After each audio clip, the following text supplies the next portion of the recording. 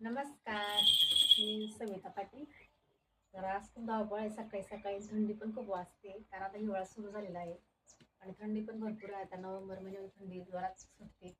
आणि आज आमचं बघा पापडचं काम सुरू झालेलं आहे. तर इकडे मी ज्वारीचं पीठ शिजायला टाकलेलं आहे आणि आज धावपळ भरपूर आहे. थंडी न्यारी वाजते आणि पापडची पण धावपळ आहे.